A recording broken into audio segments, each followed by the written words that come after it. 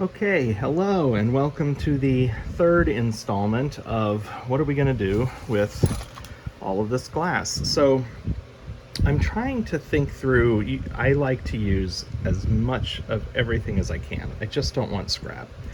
And so I've been thinking and brainstorming over the last couple of days about how do I want to use it. And so I think I'm going to go through a couple of processes here to basically get this all cleaned up and sorted. So let me break this down and show you what I'm going to do. All right, so let's talk about the cane. When I was chopping this, I mean, that, clearly will create little chips and even, powder and such, and all of that just got dumped into the bowl. So I have this sorting set. Many of you probably have this. This is, let's see here. Here you go. I think this is in my Amazon store. But, this allows you to kind of filter out down to powder size. And I think I want to try to capture all of that because I think that powder, is going to be really potentially very pretty with the aventurine in it, maybe even little bits of dichro in it. And I don't know how I'm going to use it, but I don't want to lose it. So I think I'm going to filter and basically kind of wash all of my cane and get down to the powder and make sure I keep that, and maybe any chips that are kind of considered maybe a little bit more like fine or even medium frit. And then same here. So I mentioned that this was what I had busted out with Mary and Corey, busted out of the, the remainder that was in the the vit pot. And so there's a lot of beautiful pieces in here. There's also a lot of junk. There's fiber and also small bits and pieces. In fact, many of them already fell out down there. So I am going to go through a process of kind of washing this, sorting this, trying to capture the powder and the frit and stuff. I'm not going to show all of that, honestly, just because I'm lazy.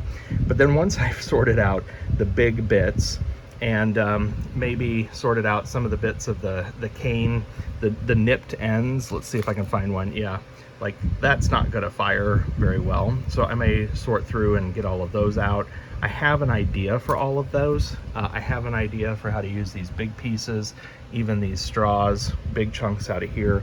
So I'll show that next, but I'm gonna have to go through the process of cleaning and sorting and washing and all the things to try to get this to be clean and sorted. So I'm not gonna show that, but trust me, it's gonna be a process, and I'm gonna go ahead and get started now. Okay, so I just wanted to show you this. This is the busted up remains from the vit pot. And I've gotten, some of the big chunks out, and there's a whole other load of giant chunks that are soaking now because some of it had fiber paper stuck to it. So I'm going to kind of scrub that and try to get it cleaned up. There's a lot of little fiber paper bits in here. You can see where I've already pulled some of them out that were big, just using my tweezers. But there's a lot of little bits in here. There's also a lot of gorgeous glass. So I'm going to kind of try to soak and wash this. There's some, kind of what would be powder or fine frit at the bottom. I think I'm going to sacrifice all of that because my concern is it's going to have little bits of fiber in it. Maybe not, and maybe some of you watching have a great idea for how to get rid of that. I don't. So I think what I'm going to do is just rinse and clean this the best I can and salvage the big chunks. I'll probably go through the process of doing some sifting there to get the biggest, prettiest pieces out. There's a lot of thin dichro and stuff that I can find in here. And then I'm going to sacrifice the little bits and the powder and tiny parts because I just don't think I'm going to be confident in getting all of that clean. All right, all I'm doing out here, I've got my little outdoor garden hose set up. So I've washed and rinsed all those bits. I'm convinced there's still some fiber paper left in there. I'm just going to let it all dry this week and get as dry as possible, and then kind of see how I can sort through that. And then here are some of the largest chunks. I've scrubbed off any fiber paper. I've rinsed it several times, but I just wanted to show you, there's no sunlight out here, there's not as much, but like I think I have accidentally unintentionally made some of the most beautiful pieces of scrap glass, and I just can't wait to use this stuff. I mean, there's so much really cool dichro and sparkle, but the beautiful ambers and greens. I don't know that you can see this as well as I can see it. This stuff is amazing. Kind of dig through here. I mean, look, there's another streak of that dichro, the way that broke up into that pool. I mean, Wow. So there's some really big chunks. There are some, you know, not so big chunks, but like there's just a little dichro through all of this. I don't know how I'm gonna ultimately use all this, but holy smokes, this is gonna make some really, really pretty glass. Okay, that's all. We, as I mentioned, we banged out the vit pot, and I guess I'm just not sure. Like this was what was at the bottom of the vit pot, and see, I'm feeling like maybe we pulled up a little bit of that stainless steel, some of that metal, because this is very much not reflective at all, and it's fairly consistently around some of the outsides. Now this, you know, going back to this one, this is a gorgeous hunk of glass. So I'm gonna take this to my grinder and just grind this edge off to kind of get, you know, a clean piece of glass that I can throw back into my chunks. But I just wanted to show you, and then there's some little bits that were either different colors, so I think they're from previous pulls, or just little bits that had a little bit of that metal on it that I don't want in my stuff, because obviously that's going to ruin anything I make. So I'm trying to go through this and look for those spots where I can, and if it's big enough, then I'm going to grind it off. And then I mentioned that I was sorting all of that wonderful basically frit, and I used this to get down to powder, which I threw away. I'm not messing around with powder. So I've got very large, beautiful, you know, kind of coarse, it's really more flakes than chunks, but chunks and flakes of this beautiful now mix of really cool stuff. So I'm sure you'll see that in future videos. That's the largest. Then this is, you know, still also fairly large. I would say it's probably medium size maybe. And then this becomes probably more the fine frit. And what I'm doing is, because of that metal, I've got this magnet pan, and so I've poured, you know, the frit in there, and I'm just kind of working it around a little bit. And this is not totally fail-safe. I'll probably still try to find a way to run a magnet through it later, but I'm just swishing it around in here with the idea that oops, it magnetized to my plate here, that it's going to catch some bits. So I'm going to pour this. I don't know if I can do this one-handed or not. I'm going to trying to lift this up. Jeez, it's so strong of a magnet. There we go. I'm gonna pour this in here, pour this frit off the best that I can. I'm kind of making a mess, dang it. Okay, I'm gonna put this camera down so I can do this the right way. All right, not flawless, but better. Okay, so then now, can you see? That was clean before I started. And you can see those spots where there are metallic bits that are in that frit that then stuck to the magnet. So, and I'm not convinced that I got everything out, but that's quite a lot. So I may do this a couple of more times and try to, you know, kind of screen and filter that out the best I can using this magnet. This is just you can get this pretty much anywhere, but it's a magnetic bowl, and I find it works fairly well. The other thing to do would be to take a super strong magnet inside like a Ziploc bag and rub it around in there. And the reason you do it inside the bag is because then you can very easily, you know, get the stuff off the bag and not have it sticking to the magnet itself. And so that would be another way to do it. That's how I would probably do it again, just to, you know, use two different magnets and try to get as much out of there as I can. Because if you don't get that out, you're gonna see that when you fire something, it's gonna, you know, oxidize and create bubbles and problems, and, you know, just generally be ugly. So you want to kind of clean when you've been dealing with something like this. People do this all the time when they make their own frit. If you're making your own frit in a blender, which yes is a thing, I haven't done it, or if you use like a frit smasher kind of thing like I've got, you're going to get little metal bits, and so that's a way that you need to kind of clean that frit. All right, I continue to process this glass. So these were the chunks that had that little bit of what looked like stainless steel or something on the side. I just took them over to the grinder and ground that off. They look nice and clean now. So I don't know what it was, but better safe than sorry. And now these are all clean and ready to go. I've salvaged all these pieces of glass that I can use. So let me show you now what I'm going to do to continue to prep this glass. All right, I've taken some of the biggest chunks, some of the biggest, thickest, meatiest, large pieces, and I've put them on my shelf here, and I'm gonna squish these, and so I've left a lot of space in between. I have a couple of straws. This one was like a straw bulb. I don't know how those are gonna turn out, but I'm just kind of curious. So I do not have a sandblaster. I cannot afford to have a bunch of kiln wash that's stuck in my pieces, so I put down some papyrus first, and then I'm going to cap this with another sheet of papyrus, then put another full shelf on. I actually have 2 more shelves, so I think I'm gonna really just stack the heck out of this thing and do 3 shelves worth of glass for this firing. So it's gonna be a big one. So I'm going to keep working here, but I'm really excited to see, you know, how some of this spreads out. I'm trying to get it down to basically about 3 millimeters, actually a little bit less than 3 millimeters in size. So let me keep loading.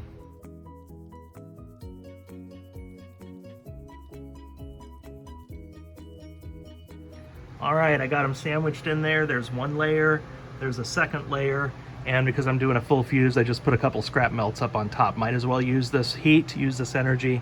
So I'm gonna put this in and get it started. All right, so I pressed those and they fired well. I ended up going 1500 degrees, and then I held until, you know, basically it was smushed enough. And so you have to check that on your own and kind of know for sure. So anyway, you got to see though, you know, kind of how that, you know, how that process works. And there's lots of examples on the internet, so you can find your own. So I cleaned it all up. You know, that papyrus kind of goes to hell, no offense, but you have to just, you know, wash everything well, wear a mask, get that papyrus off. So that all went into the garbage. And then what I ended up with is, and this is in water here, and I don't know if you can see, look how amazing some of these pieces are. So what I'm gonna do is I'm gonna get them out one by one and show them to you. But they have to be, well, I'll get into that in a bit. So remember I put a straw and then that big bulb. And so here is the straw pressed flat. Let me see how much, how thick these are. Got my digital calipers here. Everybody always asks where I got these. They're in the Amazon store.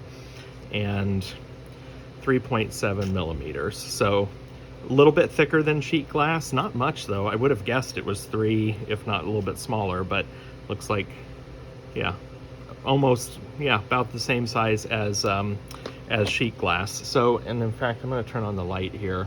Let me move this for now. So this is that straw and, you know, pressed thin. And then remember there was a bulb.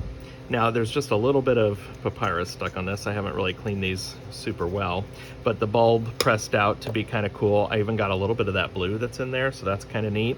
And so that's what that piece looks like. Now, what's interesting, and what I meant to talk about there is that there's a little bit of dichro in here that I can see. I don't know if you can see it along the edges.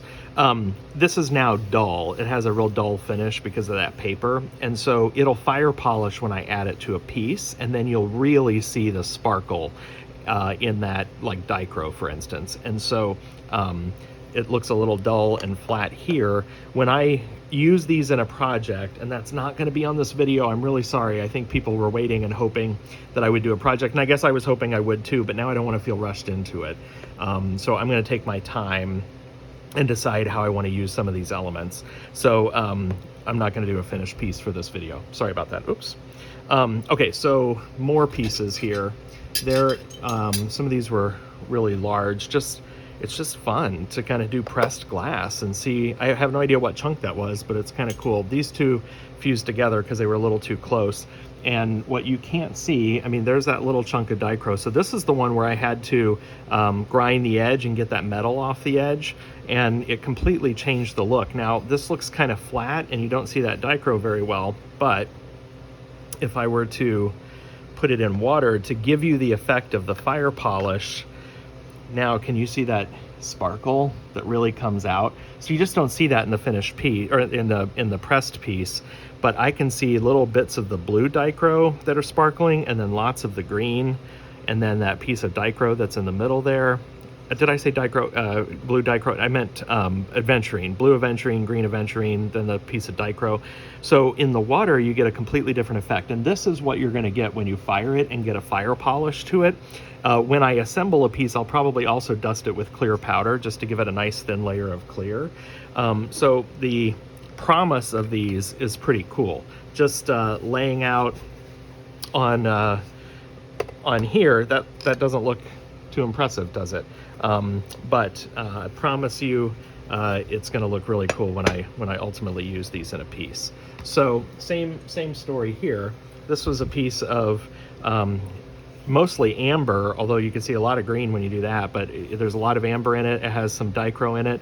It looks like, see those little black specks? That might have been a little bit of metal that I didn't see that ended up going into this, so I'm a little disappointed with that. I don't know if I'll be able to, I might be able to sand it deep enough to kind of get that off. So I'm gonna try that because I don't want to lose my piece, and I just don't like how those are in there. But, so again, this piece on the surface dry doesn't look all that cool. This is why I got a black pan of water out. Now look at that. You see how that transformed? Sorry for the glare of my lights, but do you see how that just totally transformed that piece? Now you can see gorgeous blues, lots of dichro, a ton of sparkle in there. It's just, look at that. I mean, wow. So don't get discouraged. So I'm gonna, to the extent that you're willing to sit here and just watch this video play out, then I'm gonna play with some more pieces and show you how amazing some of these are. In fact, I don't even, oh, well, before I do that, just in case you're tired of me, I did do a few pieces of the Murrini. And so, let's see if I can lift this up. So flattening the Murrini, I think this light is really throwing off the color balance. Let's see if I can go to a lower setting. Anyway, flattening the Murrini gives you a lot more surface area. I still keep that color, but I wanted to pull one out to show you kind of what a before and after-ish kind of looks like. So I think after this video, not for this video, I'm gonna flatten a whole bunch of this Murrini, because when you think about it, like I want to maximize that pull. I want to use as much of it from that pull as I can. And by flattening it like this, I could use it on another, like a clear 3mm piece of glass as my base, and then use these as my second layer and get to about a 6mm piece. But I get so much more coverage on a piece of Murrini that's flattened versus, and now the look is different, so certainly you just have to decide what kind of look you want. But I may flatten quite a bit of this because I think that the look is really cool, and I get basically more surface area covered, and can maybe stretch that Murrini a little bit farther. So that's one example. Remember, there were quite a few pieces, whoops, that were really dark in the middle, and I had hoped in flattening those that I would have gotten something a little bit more transparent. Unfortunately, that's not the case. And so while I know that this is blue, it really just looks like a big black dot in the middle, which, you know, can work, but it didn't get as transparent as I had really hoped. So, you know, these are from the exact same pull. So it's just a good example of how, you know, a same pull can give you very different looks in your finished results. Again, I'll probably still flatten some of these out. I hate that that's so dark, but I may find a way to, you know, put another small layer or a dot or something on top of that to you know, change it up a little bit when I do my finished piece. So I don't know what that's going to be, but when I do it, that's something I might consider. So, okay, let me put this down now. And again, if you guys don't mind me rambling, then I'm just going to keep showing you some of these amazing pieces of glass. So you'll remember that there were quite a few that had really neat dichro streaks in them. So let me pull a few of these out, and I'm going to show them to you in the water, because that's the real effect that you're going to get. I mean, look at these.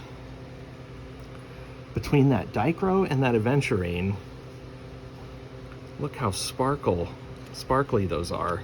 It's just really, really amazing. So you can understand and appreciate, hopefully, why I didn't want to rush to create projects just to get to show you a finished piece, because I really want to ponder what's my best way of using these, this and the Murrini, so that I can you know, truly get the maximum value out of this. And I didn't want to feel rushed just for, you know, some YouTube content. So stay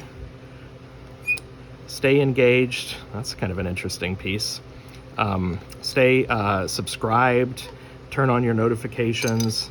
If you're not following me on Facebook, make sure you do that, because I always post when I've updated. Yeah, check that out. So I will use these in the future at some point. This is not going to go unwasted, or excuse me, unused. Not going to go wasted.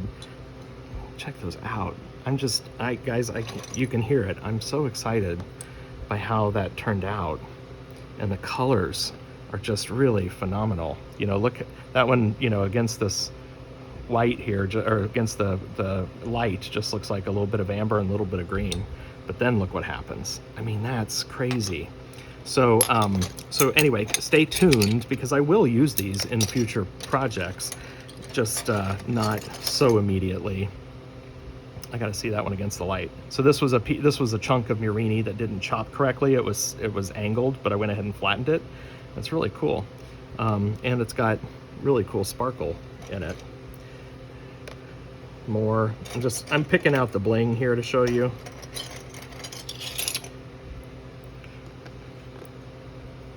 I mean, come on. So let me give you a quick overview of what I have at the very end of all of this. I have all of these pieces that I just showed you. I've got a big tote here that I'm just going to start to store this collection that I have in. I have the Frit that I had talked about, you know, kind of large, coarse, chunky pieces. There's some, you know, kind of medium to fine in here, and then some fine that I've put in a little, I'm shaking this around too much. There's a cup within the cup here. So those go in there. These are the larger chunks that are largely flat. There's, you know, some dimension to them, but this, I don't know how I'm going to use these. I could see spreading these all out onto another piece of clear and firing it into a part sheet and making something cool. So there's quite a bit in here, so I'm excited to play with that. And I just keep putting these in, because there's a lot of sorting involved. I'm finding, at least the way I'm trying to do it, a lot of sorting involved. So that's that. And then essentially, as you saw, there are basically what I ended up with were two different kind of color themes of this cane. There were the pieces that were lighter in color. You're probably not gonna be able to see this very well, but you know, that had maybe a little bit of the peacock in the middle, but not too much. Or maybe just a smidge of the dark aventurine, and then the aventurine blue that was in the middle. I ended up with a bunch of chunks that were, you know, much darker with that in there. So, and you can see, so I sorted them into basically two different color families. I think on these that were lighter, I am going to go ahead and press most of this Murrini, because I think it'll really be pretty. And so I've got a cup in here with the ones that I had already pressed. The rest of these I will put in a pressing in the future. These darker ones, I don't think I'm going to press them. So again, in the cup here, I've got some that were already pressed. I think all that's going to do is accentuate that big blotch of color. So these, I think I'm going to, you know, do in a bowl or something that's a little bit more traditional, in a ring mold. So stay tuned, because I'm sure you'll see lots of this cane appearing in future videos. This stuff, that stuff, all this pieces, you know, stay tuned. I'm sorry if you're disappointed that you're not seeing a finished product today, but there's going to be, you know, more video content coming. Here are a whole handful of straws that you saw that I pressed a couple of straws. I think I'm going to put all these in the same batch and press these as well. I think what I can do with these is, I'm thinking Christmas, you know, they're bright, colorful green with, in some cases, maybe even just a smidge of dichro in here. I really liked this one straw that I pressed, and I'm thinking, gosh, I could cut this up and then stack the pieces and make Christmas trees. I think that could be really cool. And so I'm gonna go ahead and flatten all of these so that I have a bunch of strips like this, and then I think I can make Christmas trees. So stay tuned, there may be a video on that. So that's gonna go in on a pressing along with making so much noise, along with that lighter colored cane that I mentioned. And then finally, this is a Tic Tac container. If you're addicted to Tic Tacs like I am, this actually does a fairly nice job holding. These are just big chunks of glass. A lot of this was the darker stuff. I think what I'm gonna do is add a whole bunch of clear in here, mix it all up into one big mix, dump it all out onto a kiln shelf, and flatten that into a big pressed piece and see what happens. So I'll do that in a future video. You can see what it looks like as an experiment. So this will, again, I'll mix up probably almost 2 or 3 times as much scrap Tecta. I'll put it all together, mix it all up, dump it all out, and then press it into one giant pressed piece of glass, and we'll see what it looks like. So that's what I'm planning to do with that. So that is the collection of glass. That is all the pieces that came from this pull and how I intend to kind of continue to work with them. I hope you've enjoyed this series of videos. Stay tuned so that you can see future projects. And thank you so much, everybody. Catch you later. Bye-bye.